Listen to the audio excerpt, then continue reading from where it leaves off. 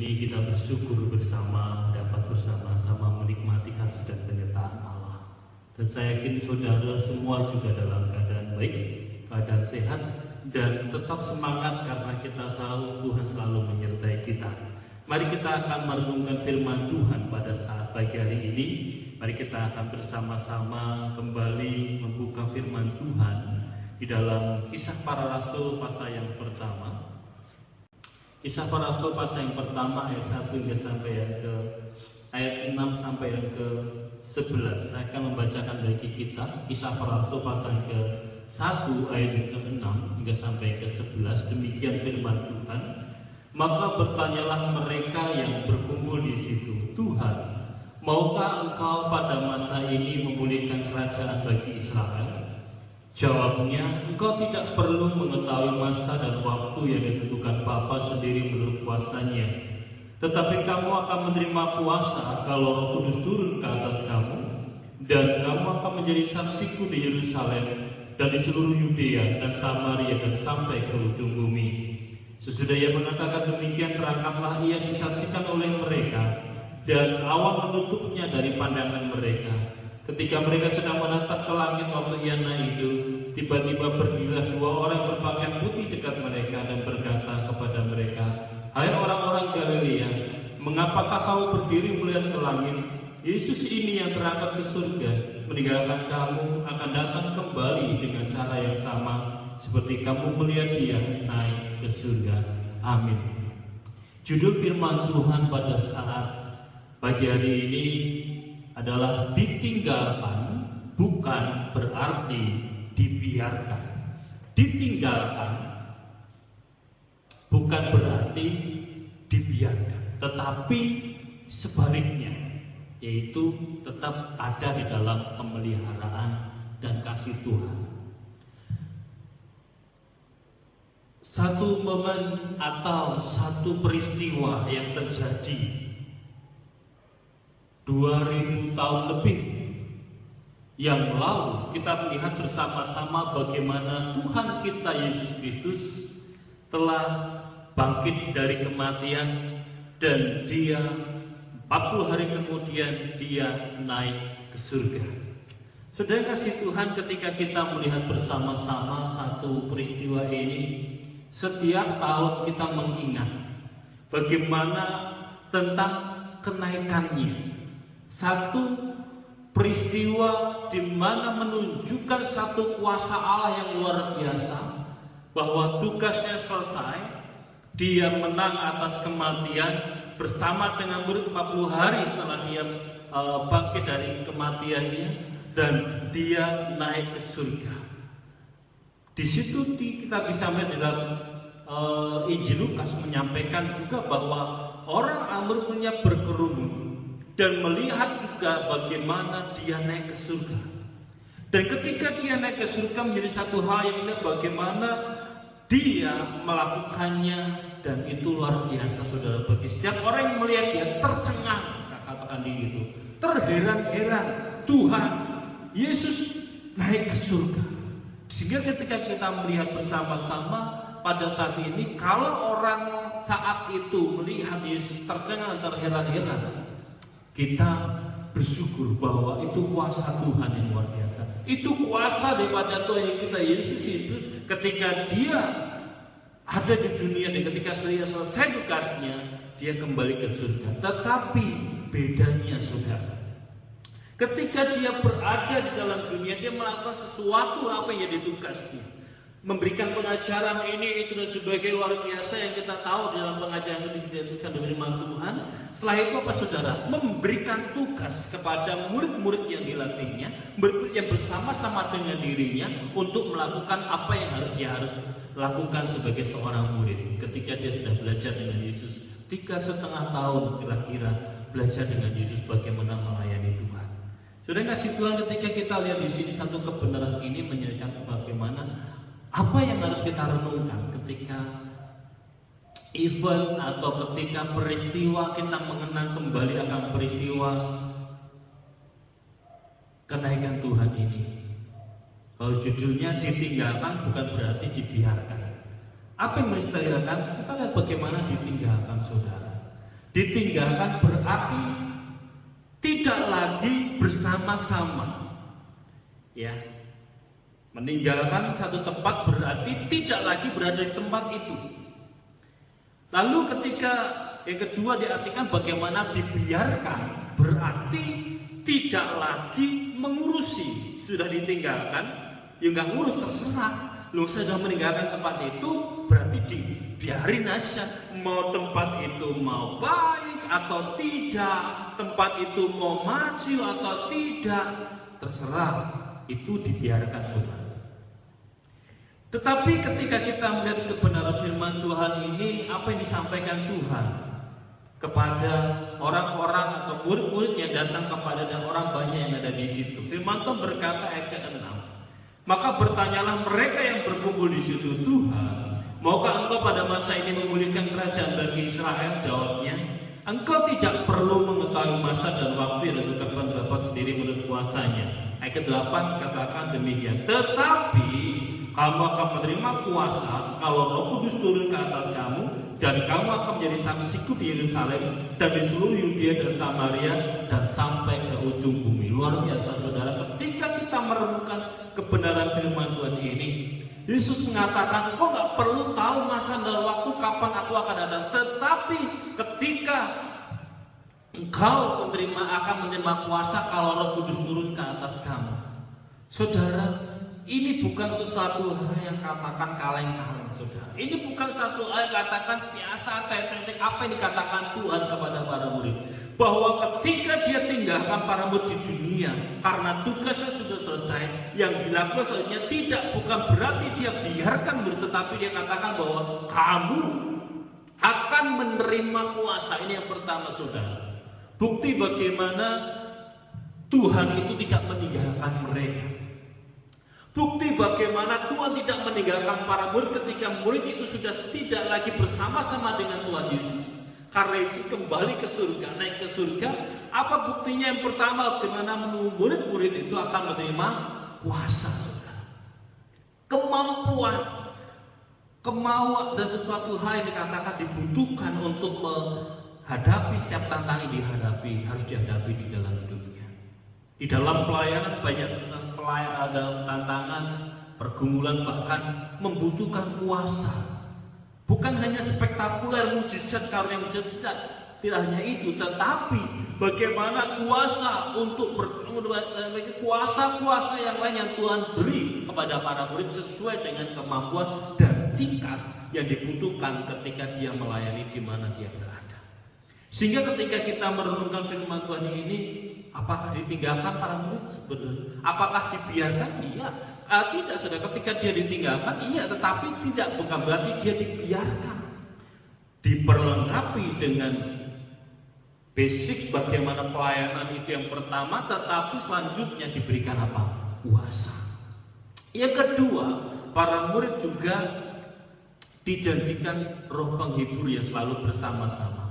Diberikan roh penolong yang selalu bersama-sama dengan dirinya, yaitu Roh Kudus turun ke atas kamu. Kalau Roh Kudus turun ke atas kamu, di sini Roh Kudus bagaimana ketertunggalan Allah yang ketiga, Allah Roh Kudus itu akan turun ketika Yesus sudah naik, mengutus rohnya, di mana akan semakin luas dan semakin luas tentang bagaimana pelayanan itu tidak tergantung kepada secara fisik Tuhan Yesus ada, tetapi yang roh adanya berarti semakin luas. Sehingga di sini Roh Kudus itu menolong para murid untuk bisa mengerjakan semakin luas dan semakin banyak lagi jiwa-jiwa dimenangkan.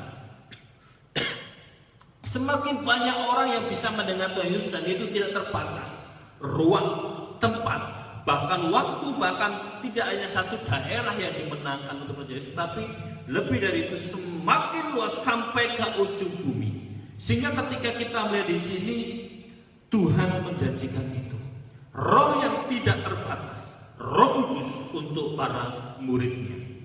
Sehingga dengan roh itu menolong para murid bagaimana mengerjakan itu. Saudara, ini sesuatu hal yang ketika kita renungkan menjadi satu penuh, luar biasa Tuhan itu ya. Tidak hanya berpikir satu tempat saja daerah cukup, Tetapi saudara, bagaimana Tuhan juga memikirkan sampai ke ujung bumi, karena semua bangsa harus mendengar tentang kabar baik Tuhan Yesus di dalam hidup mereka. Sehingga banyak orang akan percaya kepada Kristus Yesus sebagai juru selamat pribadi mereka, dan banyak jiwa diselamatkan.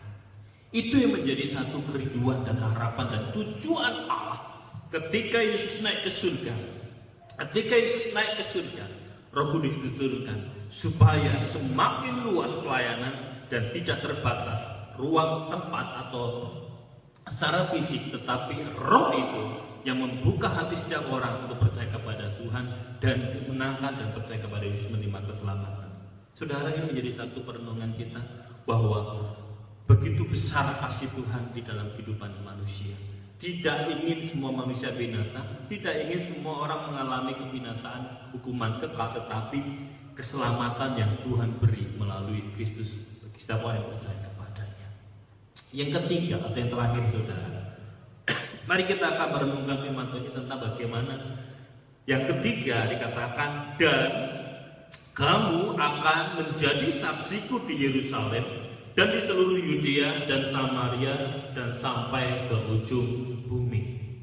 Ini bukti yang jelas bagaimana tidak hanya di Yerusalem keselamatan itu diberikan kepada orang-orang Yahudi, tetapi dikatakan juga bahwa terus dan terus sampai ke ujung bumi, ke daerah dekatnya Yerusalem, terus dekatnya lagi, dan sampai ke ujung bumi dan sampai kepada kita, saudara, di Indonesia ini. Ini menjadi satu hal bahwa Tuhan begitu mengasihi manusia ketika Tuhan tinggalkan dunia ini dan dia kembali ke surga. Ketika Yesus tinggalkan dunia dan kembali ke surga, tetapi tidak dibiarkan murid-muridnya, orang-orang percaya itu sendirian menghadapi apapun. Dicontohkan tempat tadi, ketika kita meninggalkan satu tempat, terserah tempat itu menjadi seperti apa. Tetapi ketika Tuhan tinggalkan para murid di dunia, Tuhan lindungi, Tuhan sertai, Tuhan berikan kuasa, Tuhan berikan penyertaan sehingga misi Allah di dalam kehidupan manusia itu tercapai. Semua orang bertekuk lutut menyembah Yesus dan semua lidah mengaku Yesus sebagai juru selamat. Itu menjadi harapan dan tujuan Tuhan supaya banyak orang diselamatkan dan percaya kepada Yesus dan diselamatkannya. Saudara, bagaimana misi ini bisa berjalan? Siapa yang mengerjakannya? Para murid terbatas waktu dan umur mereka. Jika hanya mereka mengerjakannya, nggak bisa banyak orang bisa diselamatkan. Nggak akan sampai ke kota-kota, nggak akan sampai ke daerah, bahkan bangsa-bangsa lain, bahkan sampai ke ujung bumi, nggak sampai. Tetapi kita bersyukur bahwa ketika Tuhan tinggalkan, ketika Tuhan naik ke surga, kita tahu Dia memelihara manusia. Dia memelihara anak-anak Allah, di mana Dia memelihara kita, Bapak Ibu Saudara, dan percaya kepada Tuhan bahwa mengerjakan apa yang harus dikerjakan sebagai panggilan kita kepada Tuhan untuk kita boleh mengerjakannya. Oleh karena itu, saudara, mari kita boleh bersyukur bahwa Tuhan memang secara nyata tidak kelihatan. Tuhan tidak kelihatan karena Dia roh adanya. Allah Roh Kudus itu tidak nyata kelihatan, namun kita bisa merasakan bagaimana pemeliharaan, penyertaan Tuhan. Sehingga kalau kita percaya kepada Yesus, ingat, bukan karena kehebatan kita atau mungkin karena kemampuan kita percaya Tuhan, tapi karena Roh Kudus buka hati kita untuk terima Yesus sebagai selamat kita. Kalau kita boleh dimenangkan oleh Tuhan, kita boleh percaya kepada Yesus, ingat bahwa itu semua karya Roh Kudus. Dan kita tahu banyak orang di sekitar kita juga mereka juga mendengar tentang Yesus dan percaya kepada Yesus. Ingat, bukan karena satu orang, bukan karena kita, bukan karena seseorang mereka percaya, tapi karena Roh Kudus membuka hati dan mereka percaya kepada Tuhan. Kota, daerah, bahkan bangsa-bangsa yang lain, bahkan suku-suku terapel sekalipun, mereka boleh percaya kepada Tuhan. Kenapa? Karena Roh Kudus yang memberikan kuasa kepada para murid, kepada kita, dan juga supaya menjadi saksi, supaya banyak jiwa dimenangkan. Dia Allah yang Immanuel, pegang itu saudara. Terus beserta, Allah beserta kita sampai selama-lamanya. Dan jangan takut dan gelisah akan hidup kita. Kenapa? Tuhan pasti memelihara kita. Ingat, ketika Dia tinggalkan kita, bukan berarti kita dibiarkan, bukan berarti kita terserah kita, tidak. Tuhan selalu menuntut kita, menegur, menyertai dan memberkati kita, sehingga mencukupkan apa yang kita butuhkan dan menolong kita. Jangan takut, jangan gentar, jangan risau, jangan gelisah, jangan apapun yang membuat kita tidak punya damai sejahtera, tapi milikilah satu damai sejahtera di mana kita pegang kebenaran ini, bahwa jangan takut hadapi hidup, tetap tenang, tetap hadapi hidup, yakin sungguh-sungguh pemeliharaan dan penyertaan Tuhan bagi kita, karena Tuhan tidak akan pernah biarkan kita. Dia memang tidak bersama-sama dengan kita secara fisik, tetapi kasih dan pemeliharaannya, penyertaan dan perlindungan dan kuasanya terus dan terus nyata sekarang sampai Maranatha. Tuhan menyertai kita dan memberkati kita, terus akan menyertai dan memberkati dan akan terus diberikan kepada kita. Jangan takut hadapi hidup ini, karena Tuhan selalu bersama dengan kita, sehingga kasih Tuhan terus nyata sekarang sampai Maranatha. Yesus datang kali kedua. Yesus memberkati kita semua. Amin. Bapa, inilah kami ketika kami merenungkan firman ini, kembali dikuatkan Tuhan, bahwa Engkau Allah yang selalu menyertai dan memberkati kami, dan tidak ada satupun Tuhan yang Tuhan biarkan kami berjalan sendiri. Allah Roh Kudus selalu menolong kami, memberkati dan memimpin kami untuk kami mengerjakan apa yang bagian kami, sehingga kami boleh berjalan dalam tuntunan dan kasih Tuhan. Hari ini kami bersama-sama merenungkan firman-Mu, bagaimana kepada firman-Mu mengajar kepada kami untuk kami hidup di dalam kebenaran, seperti apa yang demikian, menyadari bahwa ketika Engkau naik ke surga, Engkau tidak tinggalkan kami, Engkau tidak bersama kami memang Tuhan, tetapi Engkau tidak akan pernah biarkan kami menghadapi hidup ini. Kami tahu Engkau selalu bersama dengan kami, karena Engkau adalah Allah yang Immanuel. Terima kasih Tuhan, kuatkan, teguhkan kami untuk kami terus berjalan dalam tuntunan kasih Tuhan dan iman yang kuat, sehingga kami tenang hadapi hidup ini, karena Tuhan kami mempunyai pegangan yang sungguh bahwa Engkau Allah yang terus melihara dan menyertai kami. Di dalam nama Yesus kami berdoa dan menyerahkan sepenuhnya hidup kami ke tangan Tuhan. Haleluya. Amin. Tetap semangat, tetap maju, stay at home, dan kita tetap terus bersama, karena Tuhan menyertai saudara dan saya. Tetap jaga kesehatan dan yakinlah bahwa Tuhan akan terus memberkati kita. Kita mampu menghadapi hidup ini bersama dengan Tuhan, karena Tuhan menyertai kita. Amin. Tuhan Yesus memberkati kita semuanya. Haleluya.